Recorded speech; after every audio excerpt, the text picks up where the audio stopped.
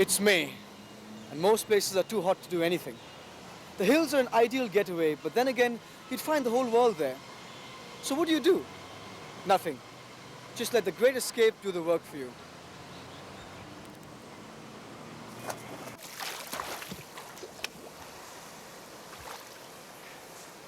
In the heart of Lucknow's old quarter, every man is a Nawab, at least in his tehzeeb. Nawaz Batena is in that historic city at the moment. Let's join her.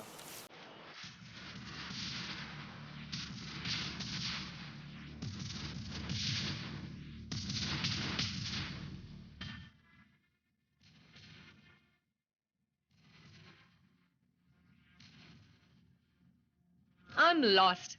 But in Lucknow, they say this is the only way to really experience the place. This building, the Bada Imambara, has witnessed the rise and fall of several dynasties. I think I'm lost.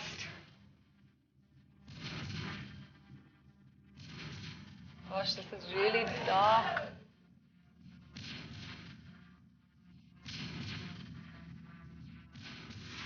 It's called the Bhul Bhulaiya, and it's a maze of passages. It's hard to find your way out. ऐसा बाहर कैसे जाते हैं?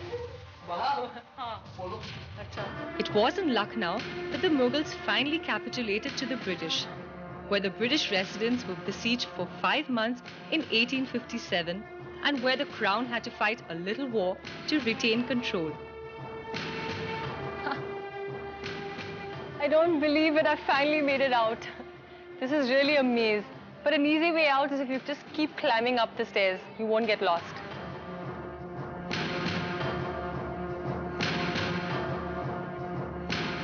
Many monuments still bear the scars of fighting.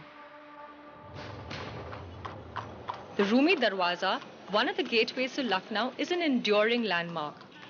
As old as a Rumi Darwaza is a chalk area where Lucknow's aristocratic families once lived. Today, it's one of the most noisy and congested parts of town. What hangs back to a bygone era are the horse carts.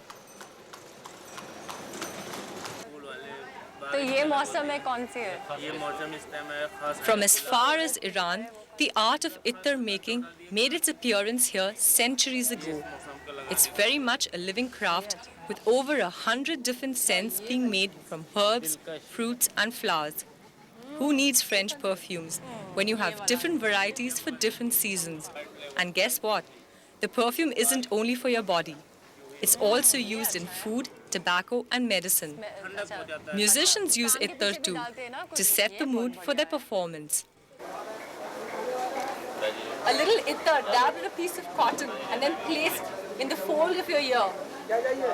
Like this. It's supposed to enhance your musical qualities. Let's see if it works. The Bada Imambara is Lucknow's most famous landmark. It was built in 1783 to give workers a source of income during a terrible famine. These are the ironies of history. Within the Imambara is a marble mosque where thousands of Shia Muslims congregate during Muharram. The world's largest vaulted gallery lies below this quadrangle. It's almost twice the size of a football field. You can't go in now because there isn't enough air to breathe and you're likely to suffocate. They say a fabulous treasure lies buried somewhere inside it. During the month of Muharram, for 3 nights, this place is beautifully lit up and it's teeming with activities from Mehndi Walis to firewalkers. It's a sight you shouldn't miss.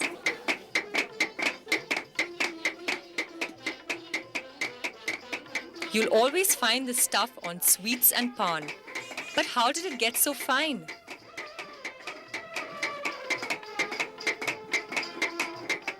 Here men beat away at the boxes for hours so that these silver strips are transformed into a silver foil of the minutest thickness.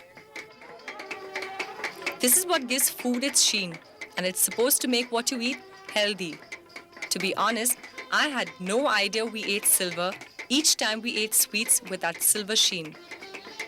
150 sheets come out of one beating. That's what I call hard labor.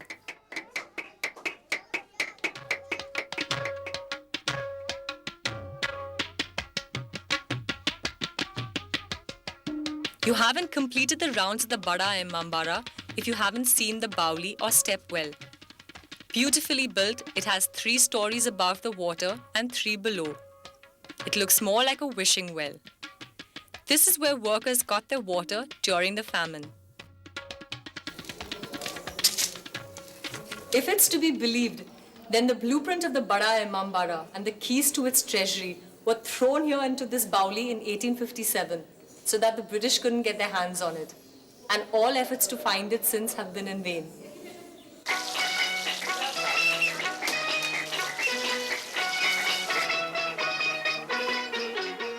If you're visiting Lucknow and you're a non-vegetarian, don't leave without sampling the kebabs.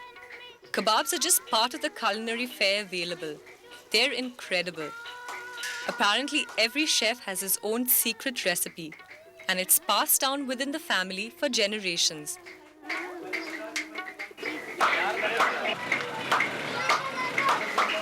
This is delicious. It simply melts in your mouth. You don't know what you're missing.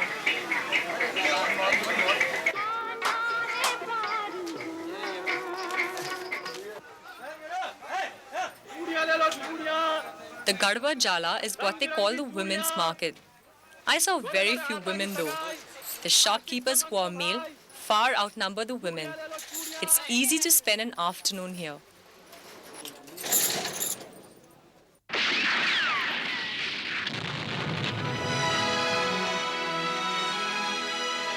The residency was built by the Nawab of Lucknow in the 1800s for the British residents at his court.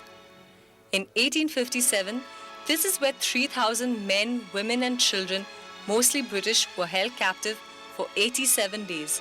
They were kept in cellars and had a limited supply of food and water. Sir Henry Lawrence was mortally wounded here. He was the British commander.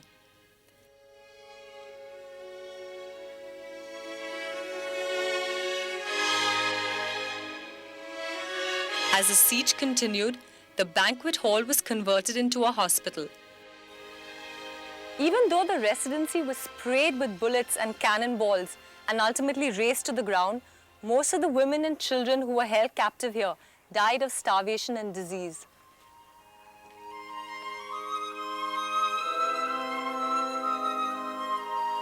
Today, all that remains are ruins of a once mighty mansion. Some say it's just the way it looked in 1857.